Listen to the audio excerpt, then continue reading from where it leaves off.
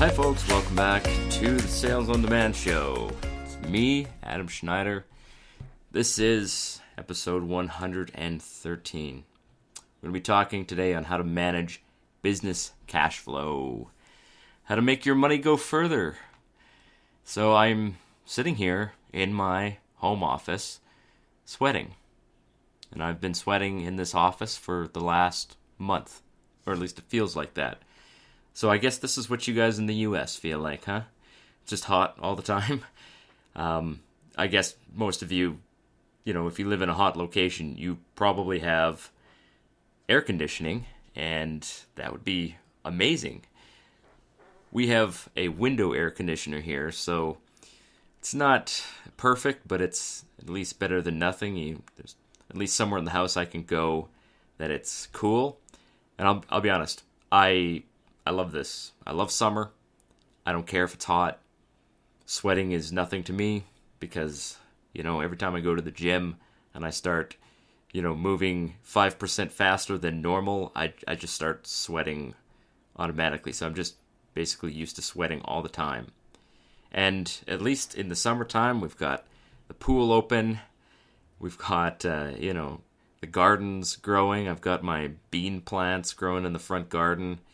And, of course, mowing my lawn every few weeks or so. I wish it would rain a little more, but that's really about it.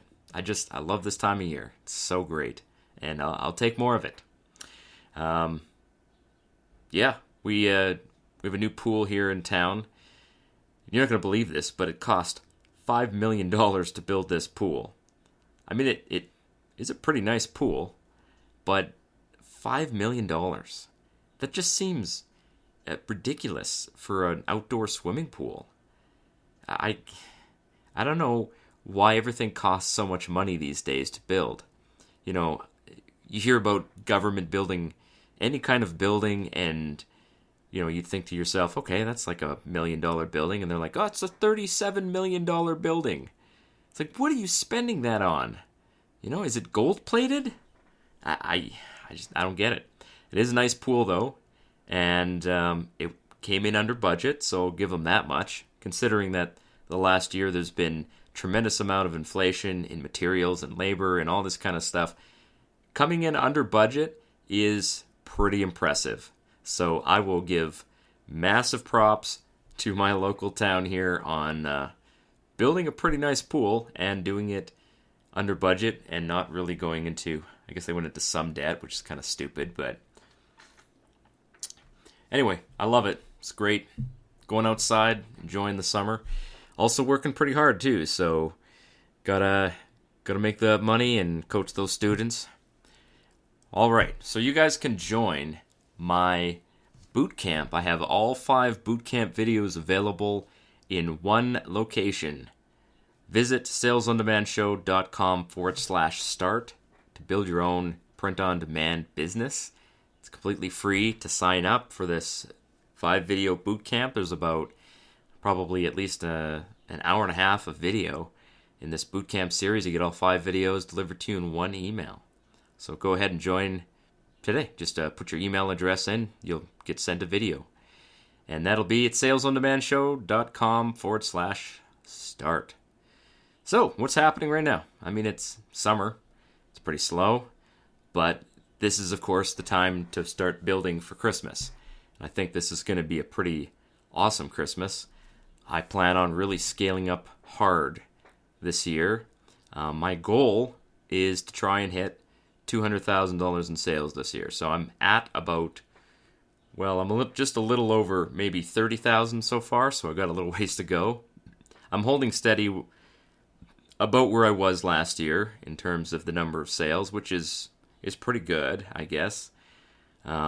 This year has been softer than last year. Last year was a great year. And, of course, I was selling masks at about this very time last year, so I was seeing a huge spike in sales on Etsy and a little bit on Amazon with the masks.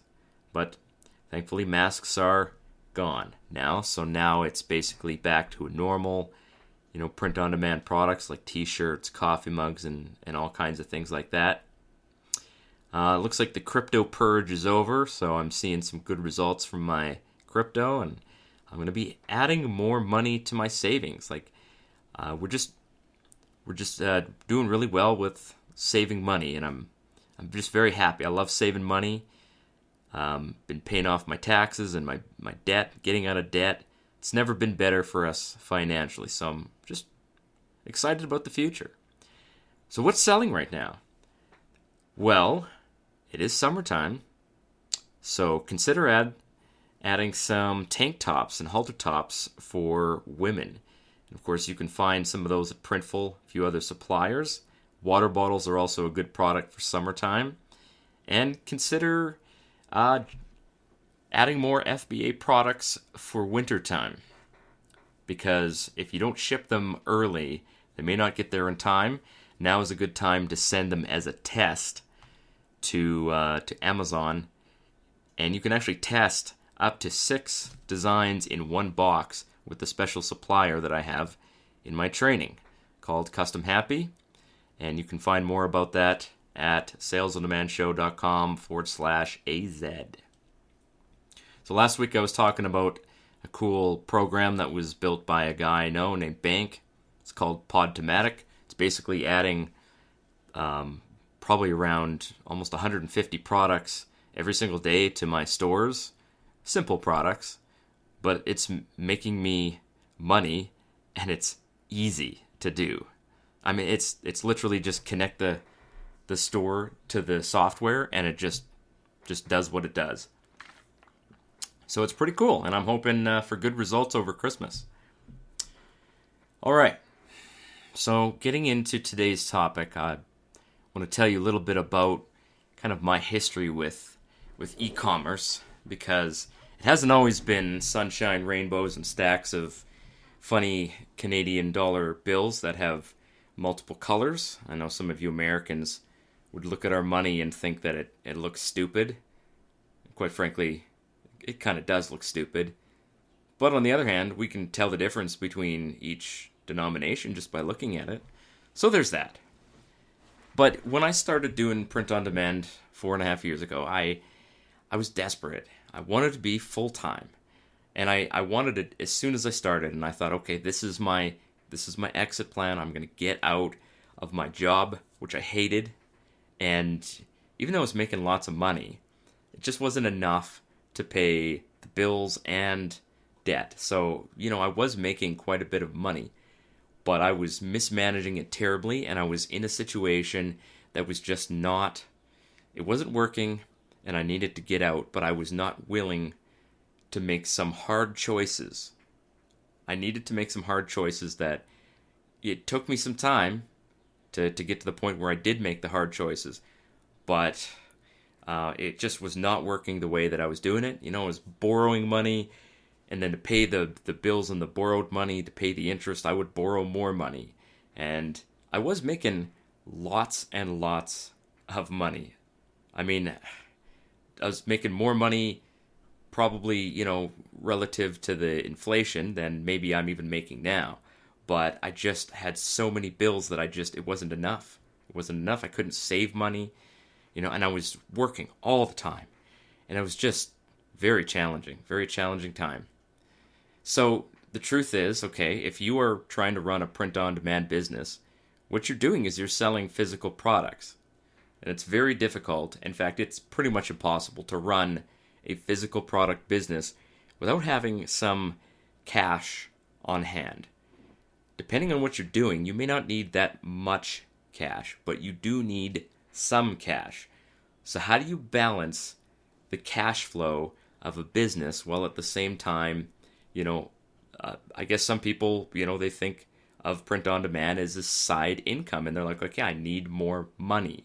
So the money that they're making from that side business, you're spending it, which I understand that. I definitely understand, having that side income so that you can save up for something. I bought my wife a vehicle with the money I made over Christmas one year. And I've been paying down bills and paying off debt and doing all kinds of things that you have to do as a grown adult living in the real world, right? You got to pay those bills. Those the people they're going to call you if you don't pay the bills. And they'll cut off your phone and do all kinds of crazy things if you don't pay them the money that you promised. But on the other hand, it is very difficult and really impossible to scale up your business to any serious degree if you don't have some cash. So there is a balancing point between taking your profits from the business and reinvesting it in the business so that you don't run out of cash. Now running out of cash is a real possibility, especially over Christmas time. You almost can't really expect, it's difficult to anticipate this, but over Christmas, most of the orders come in over a pretty short period of time. And we're talking about maybe 3 weeks. So you're getting, in some cases, 60 to 70% of your year's orders in a very short period of time. And you have to fill those orders before you actually get paid for them, especially on Amazon, where you basically, the product has to reach the customer, and then 7 days after that, Amazon releases your money so that you can receive it on the next payout. So there's quite a lag time between when you're actually purchasing the product and when you get paid for it. And that lag time is the cash flow gap.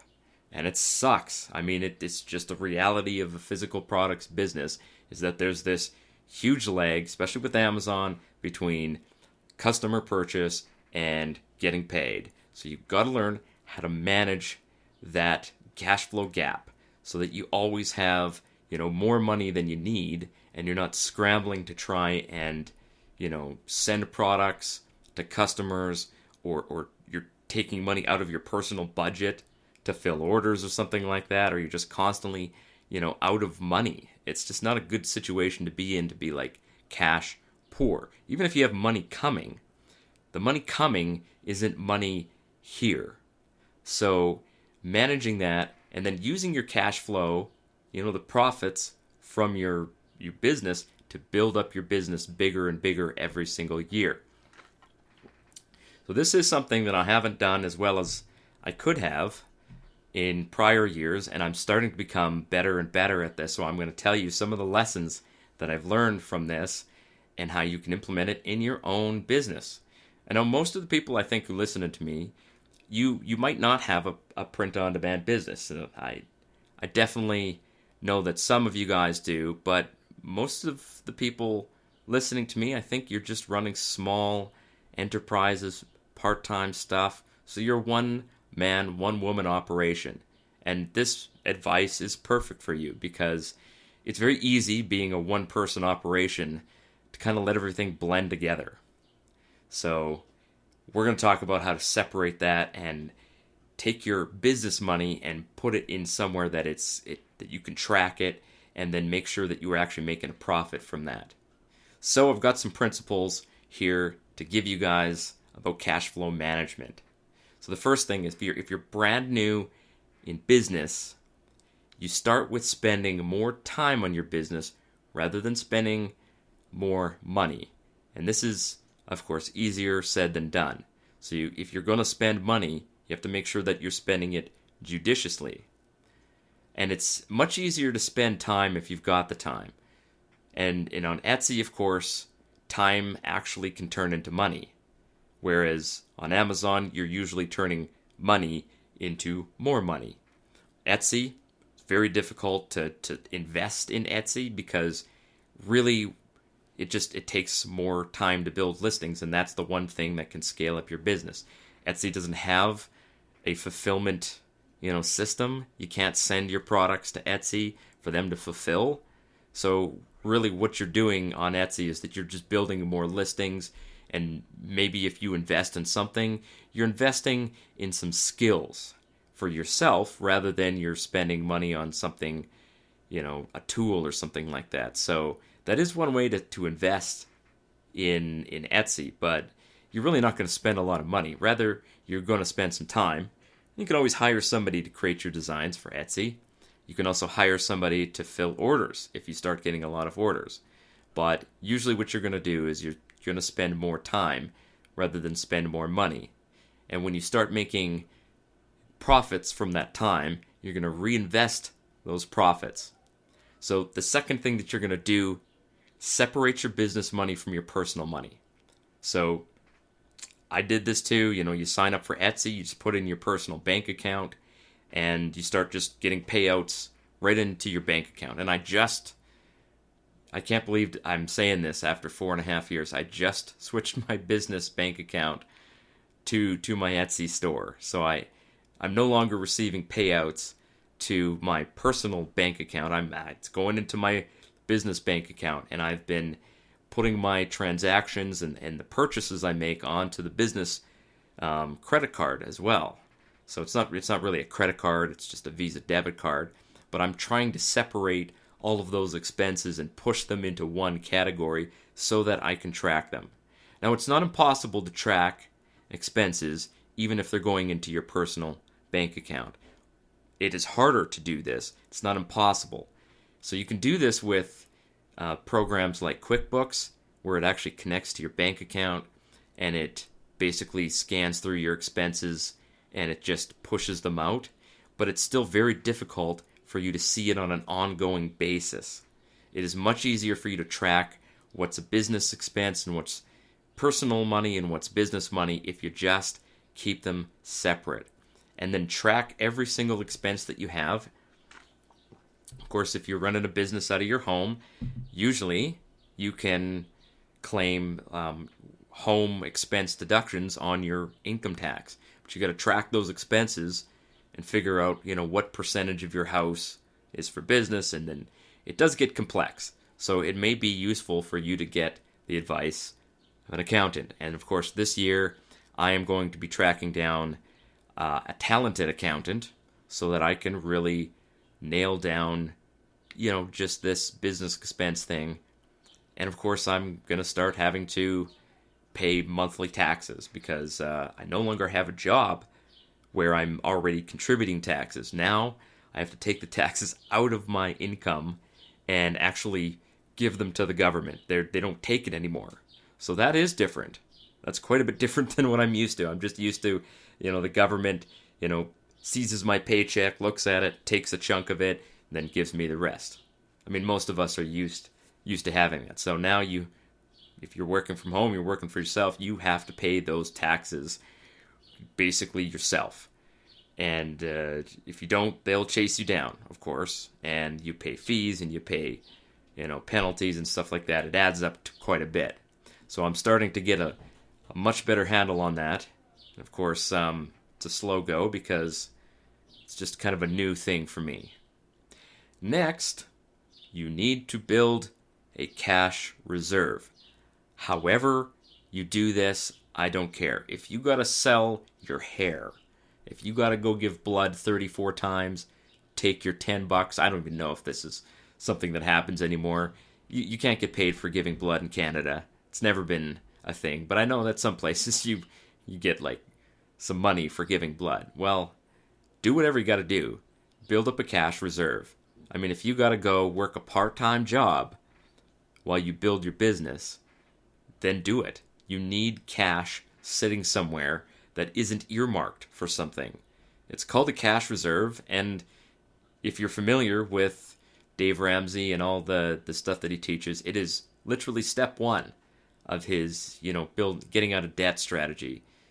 He's got a name for it, but I can't remember what the name is. But it's a good strategy. It's wise advice, and I definitely, absolutely recommend that you do that. Having a cash reserve means that if something goes wrong, you just basically, you deal with the problem rather than being desperate, asking for a loan for somebody or borrowing money from the bank or some high-interest loan company or a credit card or something like that. You could be your own lender. And it does take some discipline to do this. And in order to do this, you may need to follow the next piece of advice. In fact, I think you will definitely have to follow the next piece of advice. Start a personal budget. Start a personal budget. Track your expenses monthly. If you don't know how much money you're spending in your personal life, this is easier if you're single, of course, because you're the only one spending the money. But if you're a family, you got, maybe two people with a bank card pulling money out of the same bank account, you've got children, you've got expenses, you've got a lot going on. And that's definitely the place I'm in right now. I've got a lot going on. We've got vehicles that need repairing, oil changes, tires, stuff like that. You've got to start building and maintaining a personal budget. And there's lots of little software tools that you can use to do this. Many banks actually offer this as a feature on their actual online banking. So take a look and see if you can get that from your bank. Regardless of how you do it, it must be done. And you have to be very honest with what you're spending money on, right? So, of course, I kind of neglected this for the first part of the year, and I looked at our expenses, and I'm like, all right, well, how much did we spend on Amazon? Because it comes up in the budget as Amazon.ca, because we live in Canada, and I was like, oh, there's like 30 purchases here in, I think it was like 3 or 4 months, and it was, I forget, it was like $700-800. So it doesn't look like much when you do it monthly, but over time, those Amazon purchases, they really add up. Now, maybe those were justified purchases, okay? But I wasn't tracking them, at least not tracking them properly. So if you have children, you're going to need to account for the fact that they get bigger, right? So budget some money for clothing for them. They can't wear baby clothes till they're 17. You're just going to have to put money away for them growing larger and shoes and stuff like that, and school fees or whatever kind of extracurricular activities, birthdays. Put all of that into your budget and track it.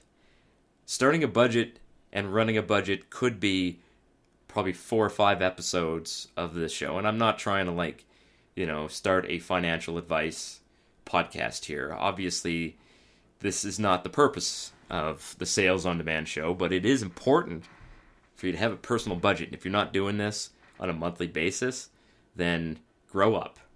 I'm serious. This is an adult thing to do. Okay? Chances are, if you're listening to me now, you're an adult. Yeah, maybe you're 17 and you're just really mature for your age. Well, time to be an adult. Start tracking your monthly expenses and looking for ways that you can save money on everything that you're doing. So, for example, I noticed that we're doing a lot of shopping, grocery shopping at our local grocery store.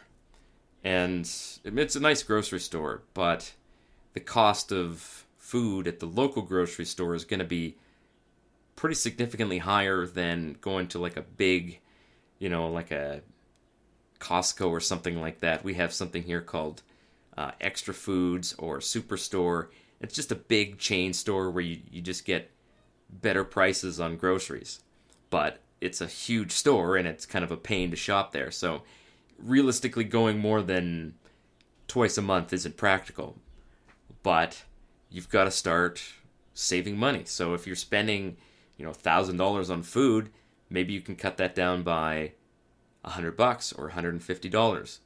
Maybe $850 is a good budget for food. I know food prices are going up quite a bit, and everything's going up. Inflation just in the month of April this year was 5%. Not 5% annually, 5% in the month of April. That's not insignificant. That's extremely significant inflation. Of course, there's not much you can do about the government policy that's causing this inflation. It really sucks that the government is printing money. I'm not happy about it. But I got to deal with it. And this is how you do that. You're going to look for ways to save money. You're just going to be very vigorous with tracking your expenses. And if we don't need it, if you're constantly going to the store, maybe you go to the dollar store every week and you just splurge on, $5, $10 items. Well, that's, those are things that you could cut out or you could buy them somewhere else. And at the very least, budget them into your budget. Like put, the money that you want to spend, if it's spending money, put that into your budget. And then take it out in cash, then spend it in cash. It's a good way to avoid overspending if you're, spending a personal money, is to take the money out in cash, and then every time you're spending something, unless you're buying gas or something or groceries, you just take cash out of your wallet. It's a lot harder to spend cash because you can actually see it disappearing. So this is a great strategy, and it's not a new strategy. I didn't make this up or anything, but it works. It absolutely works, and it works really well. So talking about some more things here, we talked about a budget.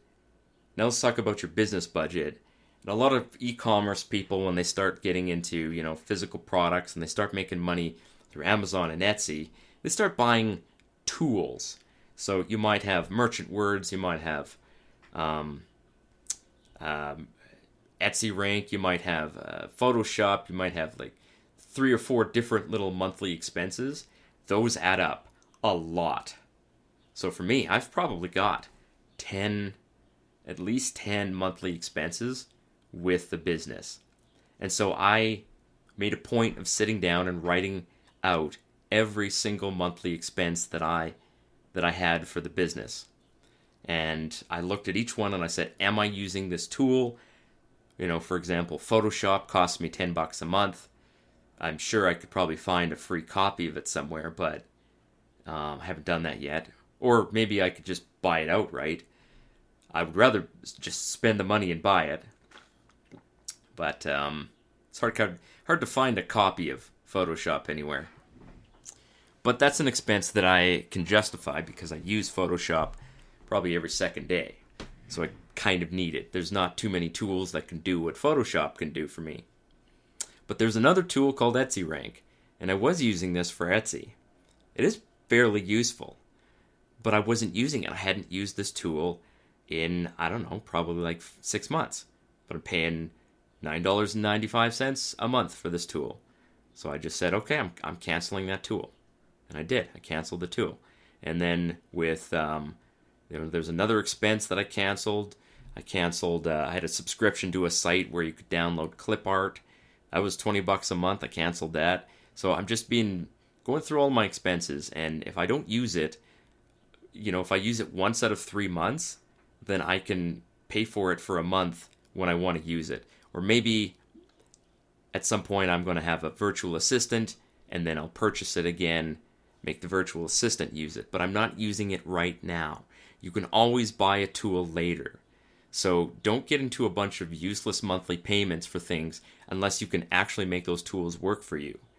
This is really important for your business. A lot of businesses get into these cash flow issues where they're paying for things that they don't use, or they're overpaying for things that they do need, but they haven't, looked around for better prices for something. So don't let that money that you're earning fly out the window for useless things. Now, let's talk about your profits. So what should you be putting profits into if you're going to reinvest some of your profit? First of all, if you're selling on Amazon, then you absolutely must be investing in more inventory in Amazon, more listings, more products being sent to Amazon. So this is going to pay off for you in the long run. Pretty much every product that I have at Amazon at Christmas time sells between 30 to probably 200 units around the Christmas season. Some of them maybe are a little less than that, but even 15 sales from a product is worth it over a period of a month or 2 months. So having more products is kind of the key to scaling up on Amazon. So reinvest some of your profit into testing new ideas with Amazon FBA. I do teach this in my training, the Print on Demand A to Z course, and you can find that again, salesondemandshow.com/AZ. Now, another thing that you need to invest in is your personal growth. And I don't mean becoming a better person generally. I mean knowledge. So training, coaching, those are good things to invest into. I, of course, have my training program, but there's other training out there. There's another Print on Demand podcast called the Print on Demand Cast. And they're good guys too. You should follow them as well. I don't know if they have any training, but if they ever do, I will be investing in that as soon as they put it out there, because they're doing a lot of different things from what I do. And I need to know everything that there is to know in this field if I'm going to be successful. I just crave that knowledge. And I'm always investing in myself, right? So sometimes I will even buy a tool because I want to know if this tool can work. And it can be worth buying a tool and paying for it for a couple of months or something like that, as long as you have a plan to try and use it to scale up your business. If you don't have a plan to do that, then you just might as well burn your money. Okay, so the last thing, of course, to invest in is building more listings. So if this means hiring a virtual assistant to assist you with putting those listings onto your print-on-demand sites, then it's worth the money to spend on that. Now, I don't have my virtual assistant right at the moment. I ended up kind of like letting him go before I left to go on my Canadian Forces torture program. But I plan on rehiring somebody probably at the end of summer to do exactly what I've been doing so far, which is building up all of my listings, looking at and researching online to see what is hot, what is good, what is selling, so that I can make listings, put them up, and build my store. More listings means more sales, usually. I mean, that's the only way to get more sales is more listings. It doesn't always mean more sales, but you won't get more sales without more listings. That is a fact. All right. Well, thank you guys so much for listening. Appreciate it. If you like this podcast, if you're an iTunes listener, go ahead and leave me a comment, review, rate me 5 stars, if you feel like I'm worth it. 5-star review on iTunes would not be inappropriate, I think. But regardless of that, guys, I appreciate all of your feedback. I'm getting lots of feedback from people these days, and I love it. Keep sending me messages, leaving comments on the show page, and we'll see you next week. Cheers.